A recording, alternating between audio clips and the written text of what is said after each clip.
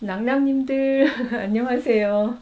이건 무슨 컨셉인가 싶으실 것 같아요. 예, 그 검은 호랑이의 새해를 맞이했는데요.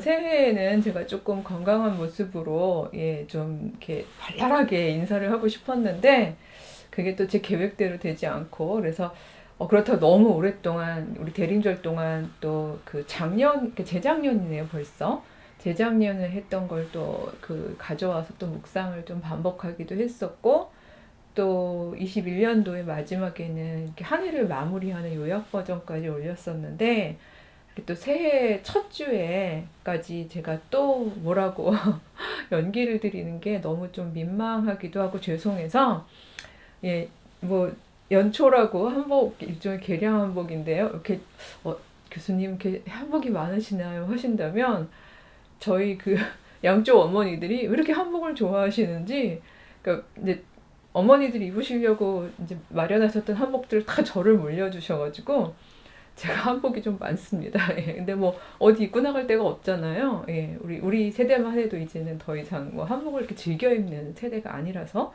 그래서 이렇게 유튜브에 잘 활용하고 있습니다. 그래서 사실은 단아하게 좀 한복도 입고 좀 밝은 얼굴로 인사를 드리려고 했는데 아마 큰 화면으로 보시는 분은 아시겠지만 제가 입을 활용하는 것도 지금 조금 어려운 상황이에요. 그러니까 한번 굉장히 오래 앓고 회복하는 도중에 조금 의심 먹은 게 약간 반응이 잘못 와가지고 얼굴이 완전히 부풀었다가 지난주까지는 붕대를 칭칭 감고 있었어요. 이제 계속 진물이 안 멈추니까.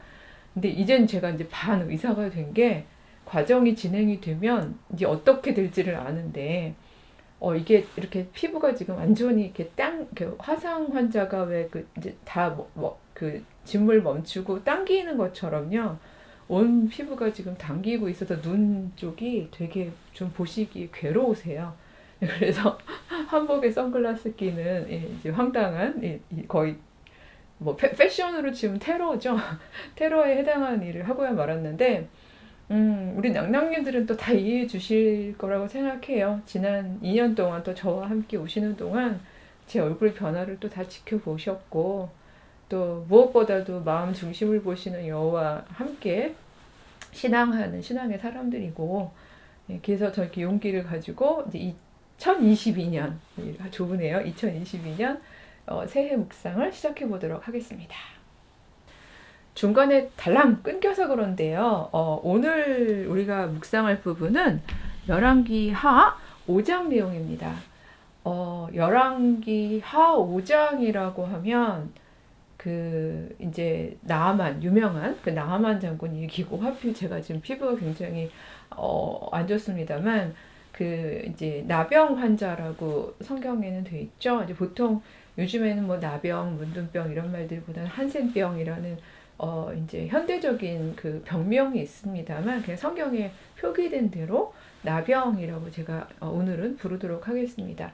이 5장을 묵상할 때 되면 대부분 많은 분들이 초점을 이제 가지는 게 나아만에 대한 이야기, 그저 나아만 장군의 어떤 신앙에 대한 이야기, 혹은 태도에 대한 이야기, 그 다음에 이제 엘리사하고의 관계에 대한 이야기, 이런 데 많이 묵상을 하시는데, 오늘은 제가 일종의 이제 신년에 대한 부분이기도 하고 그래서 게하시에게 좀 초점을 맞춰보려고 해요. 게하시 하면은 익숙하신 분들도 있을 테고, 거의 안 들어본 이름이에요 라고 생각하시는 분들도 있겠습니다만 사실 엘리사는 엘리야의 이제 사환 출신이죠. 물론 제자입니다만 완전히 그 곁에서 수제자라고 볼 수 있는데 왜 옛날 영화 같은 거 보면 말이 수제자지 수제자들은 정말 와, 예, 요즘 같으면 진짜 그 뭐래도 이렇게 뭐라 그러죠? 뭐 노동청에 고발이라도 하고 싶을 만큼 스승님이 온갖 심부름을 다 시키시고 스승님의 그 모든 감정도 다 받아야 되고 막 이런 역할을 하잖아요.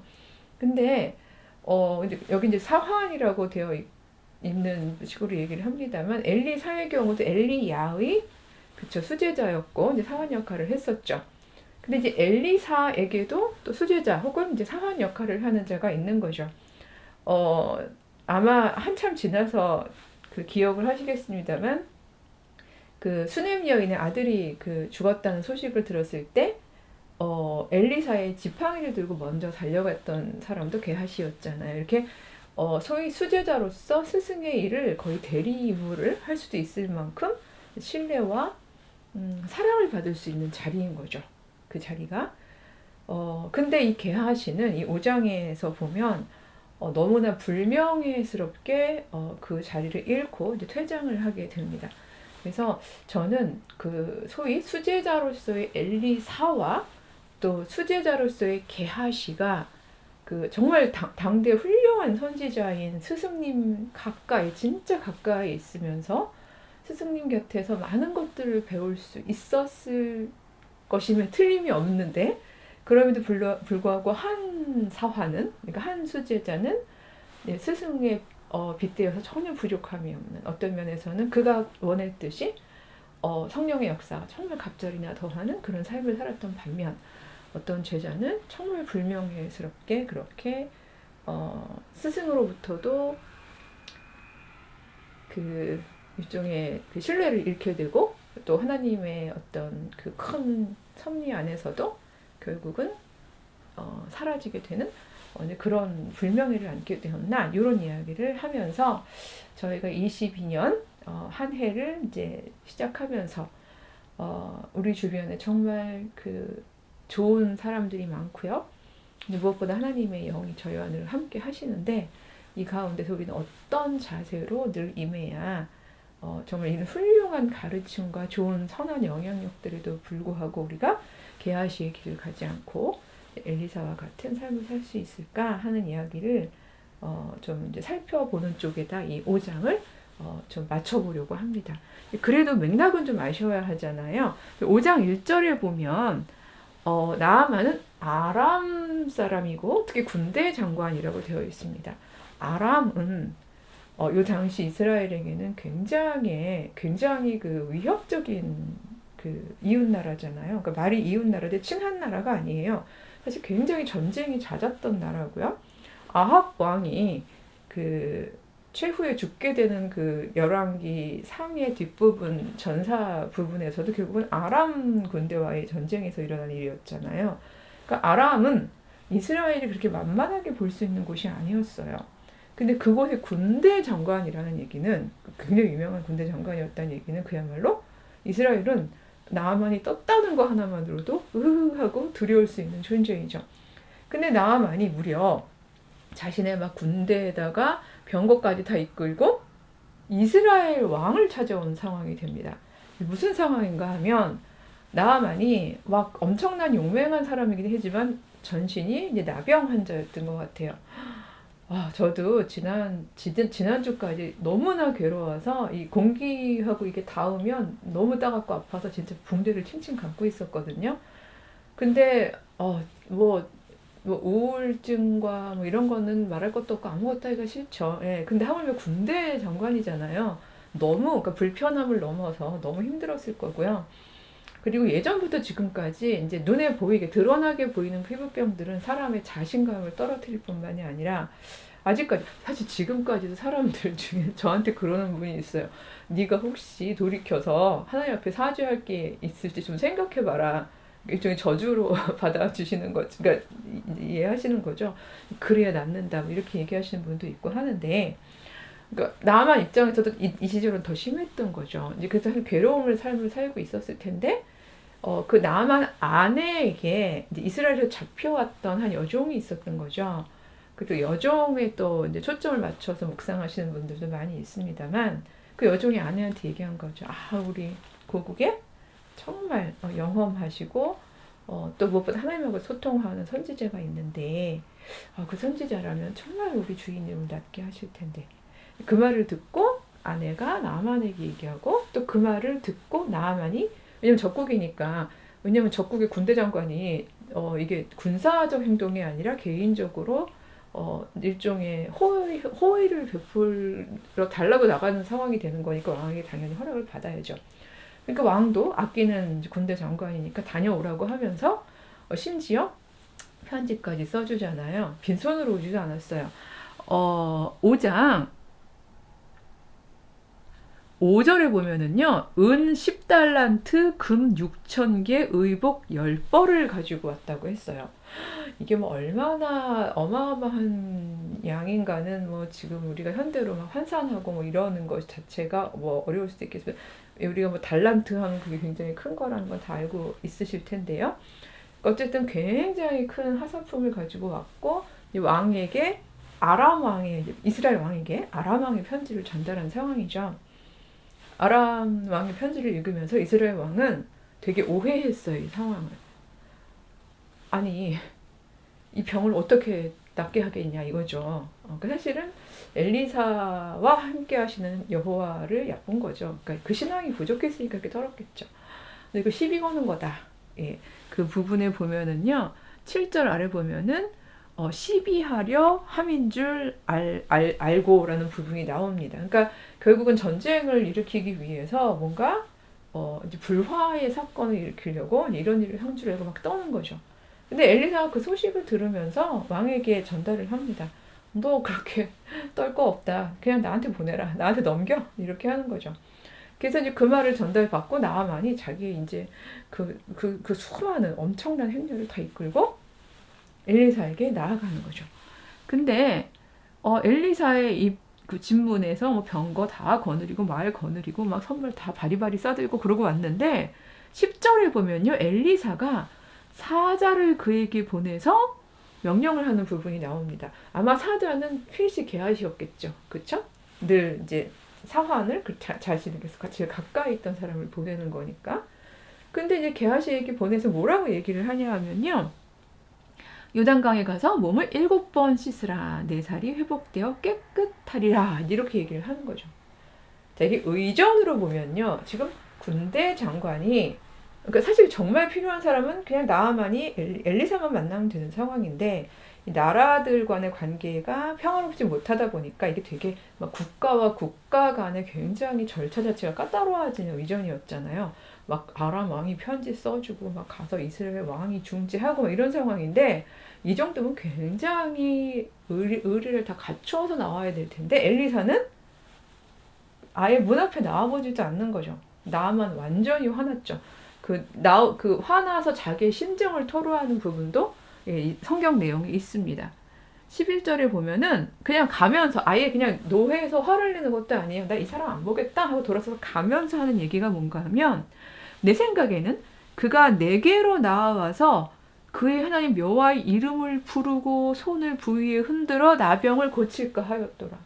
그쵸. 나와서 예하고 하나님이여 제발 고쳐주소서 하면서 그 자기 진물난데 막 이런 걸 다 이렇게 만지면서, 사실 저는 제 몸인데도 너무 흉해요. 보고 있다 보면 와, 이 얼굴이 그대로 고정이 되면 어떡하지? 라고 생각될 만큼 너무 흉하고, 제가 좀 눈이 큰 편이잖아요. 근데 이게 막 진물로 아침에 일어나면 눈이 붙어서 안 떠지거든요. 근데 막 이런 모습들을 보면서 저조차도 이렇게 제 손으로 제 얼굴을 건드리는 게 너무 두려운데, 사실 남들은 당연히 만지기가 싫겠죠. 그러니까 하지만 이제 나만은 그런 걸 내심 기대한 거예요. 내가 나병 환자지만 내가 누군데 이거죠.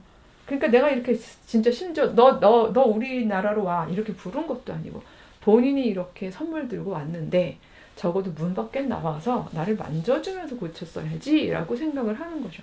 그래서 그냥 아예 안 갈 생각으로, 그러니까 아예 안 볼 생각으로 돌아가려고 하는데, 그래도 나아만이 주변 부하들이 되게 지혜로웠던 것 같아요.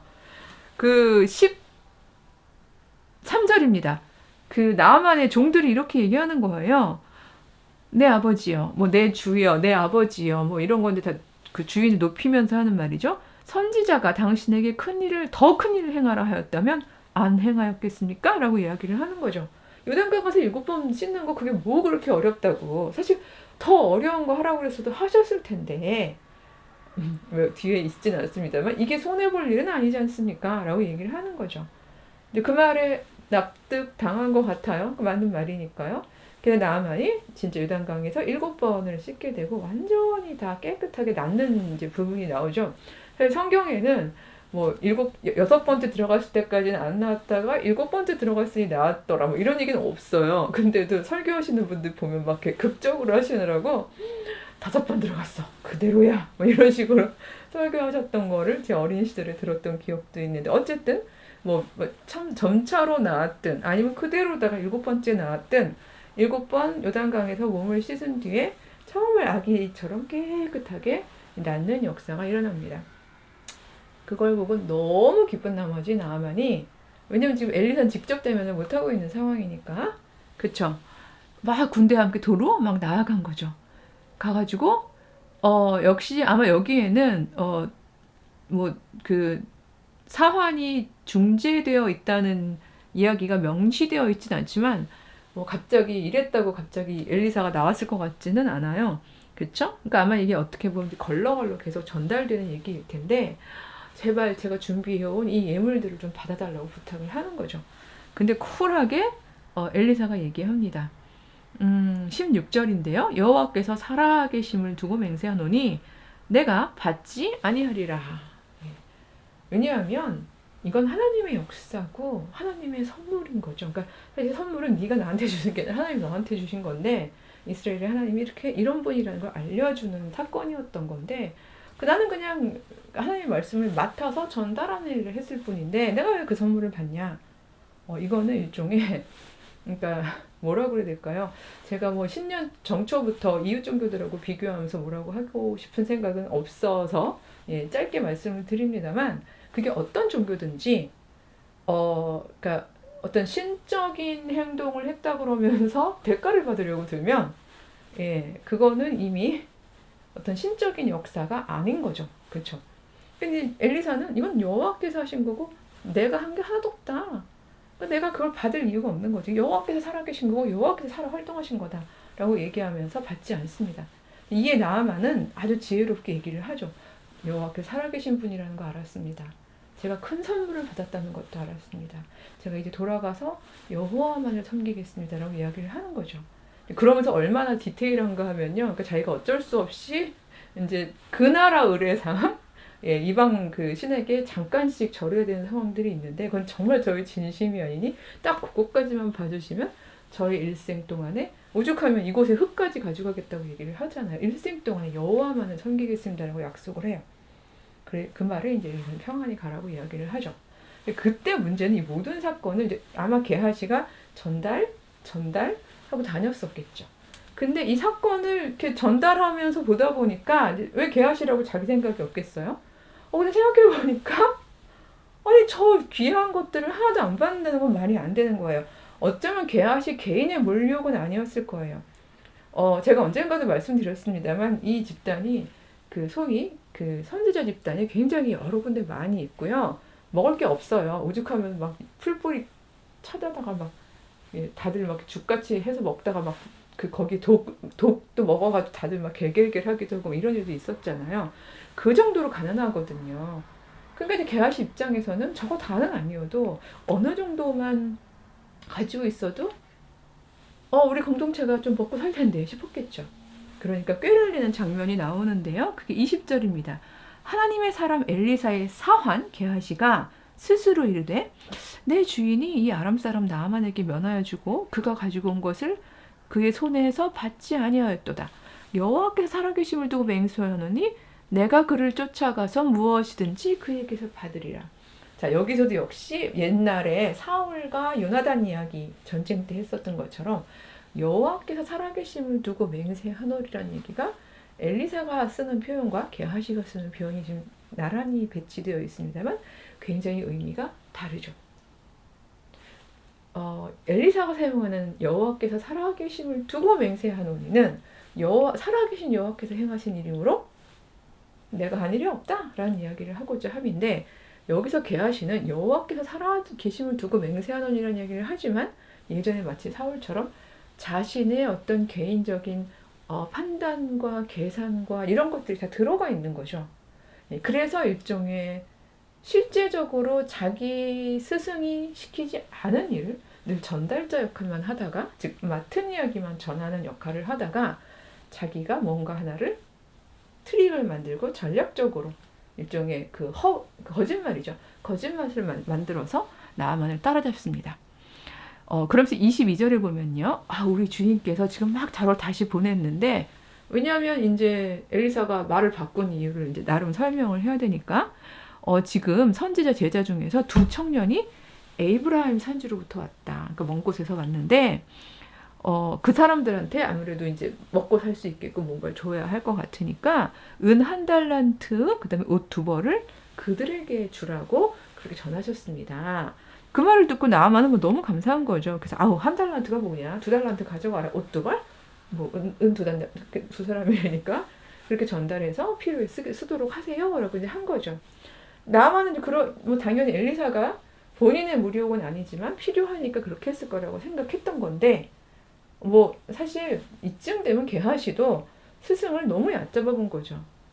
스승님은 앉은 자리에서 밖에 나아가지도 않으면서 모든 거를 다 꿰뚫어 볼 수 있는, 왜냐면 하나님의 영하고 소통하니까 그런 분인 거를 자기가 계속 보아왔을 텐데 이런 일을 하고도 돌아와서 이제 엘리사가 묻죠.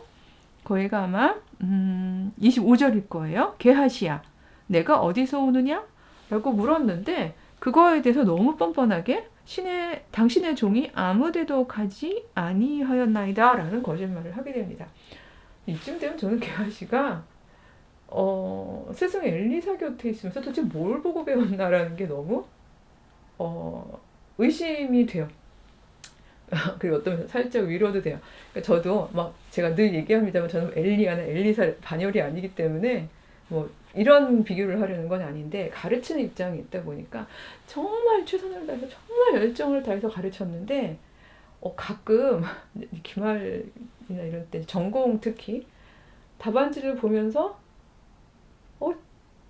그러니까 말하자면 그 답안지가 가지고 있는 허접함이라고 얘기하면 죄송한데 근데 그거에 실망하기보다 그러니까 내가 뭘 잘못 가르쳤나? 이런 생각이 들 때가 있거든요. 근데 이런 거 보면 약간 위로가 돼요. 아, 엘리사한테 직접 이런 방식으로 맡은 말씀을 전달해 가면서 체험했던 제자 게하시도 이럴 수 있구나라는 생각이 들면 결국은 이 본인이 아무리 확실한 걸 보더라도 자기 마음문을 열고 그걸 내 신앙으로 가지게 되는 게 정말 중요한 것 같아요. 게하시는 그 스승 옆에서도 배운 바가 없었고 그런 뻔한 거짓말을 한 거죠. 여기에 대해서 엘리사가 이야기를 합니다. 네 한 사람이 수레에서 내려, 당연히 나아만이겠죠. 너를 맞이할 때에 내 마음이 함께 가지 아니하였느냐. 예. 나는 육신은 앉아있지만 이제 그렇죠? 그걸 다 알고 있다는 이야기를 하는 거죠. 지금이 그렇게 은 받고 옷 받고 뭐 감나원 받고 포도원 받고 양이나 소 남종 여종 이런 지금 소유를 받아서 그 넉넉하게 내 거를 채울 때냐? 이 부분은 나중에 제가 연결해가지고 또다시 또 한번 묵상할 부분이 있겠습니다만 물적인 이제 이 만몬을 채우는 거에 대한 부분은 어쨌든 오늘의 포커스는 이 게하시가 한 행동에 대해서 스승님이 너무 노하면서 이렇게 이야기를 합니다. 27절인데요. 그러므로 저희 그러므로가 참 무서운 것 같은데 나만의 나병이 내게 들어 내 자손에게 미쳐 영원토록 이르리라 하니 게하시가 그 앞에서 물러나오매 나병이 발하여 눈같이 되었더라. 게하시만 나병이 발한 게 아니에요. 그 자손까지 영원히 너희는 나병으로 고통받게 될 거라는 이야기를 하게 되는 건데 이런 부분들이 이제 다 하나의 전통이 되고 또 에피소드가 되고 이러면서 예수님 시절까지도 아픈 사람들 그리고 뭐 대대로 아픈 사람들은 그야말로 조상이 잘못한 거다 뭐 이런 이야기를 하기도 합니다만 그거 역시 신약으로 넘어가면서부터 정죄의 근거가 되지 않을 수 있는 부분들을 또 묵상을 하겠습니다만 오늘의 제 초점은 어떤 그런 그 혐오나 정죄의 그 전통이 되는 이런 부분이 아니라 똑같이 놀라운 당대의 하나님의 영과 동행하는 그런 스승 바로 가까이에서 사환의 역할, 수제자 역할을 했던 제자였음에도 불구하고 그들이 무엇을 요망했느냐, 무엇을 보았느냐, 무엇을 마음에 담았느냐에 따라서 정말 더 아름다운 스승의 바통을 이어서 더 아름다운 전통을 이어갔던 사람이 될 수도 있었고 아니면 이렇게 정말 불명예스럽게 너무 치욕스럽게 자기 자손들한테도 미안할 정도의 상황으로 결국 퇴장하는 이런 제자가 될 수도 있었다는 거죠. 올 한 해 저희들 간구해 봅니다. 우리는 무엇을 바라고 욕심낼 것인가? 엘리사가 스승님께 원했듯이 당신의 성령께서 당신에게 행하셨던 그 모든 역사의 2배를 원합니다. 돈의 2배 아니었고요. 그렇죠? 당신 명예, 어떤 파워의 2배 아니에요. 성령이 하셨던 그 역사들, 그 역사의 2배, 각절을 원합니다라고 얘기했던 바로 그 수제자 엘리사의 마음을 저희가 한 해 동안 품었으면 좋겠습니다. 게하시처럼 울욕이나 아니면은 우리가 어떤 방식으로 이걸 운영해 나가가지고 우리 공동체를 뭔가 살릴까, 어떤 이런 부분들 때문에 있지도 않은 이야기들을 더 해가면서 그러니까 하나님의 살아계심을 오히려 왜곡하고 가리는 그런 어리석은 제자는 되지 않아야 되지 않을까, 그런 생각이 듭니다. 그러니 올 한 해도 우리 한 걸음 한 걸음 조심하면서 서로 조언해 주면서 주 안에서 기도하면서 그렇게 실족하지 않는 삶을 살아보도록 하겠습니다. 다음 주에는 조금 더 나은 모습으로 찾아오겠습니다. 안녕.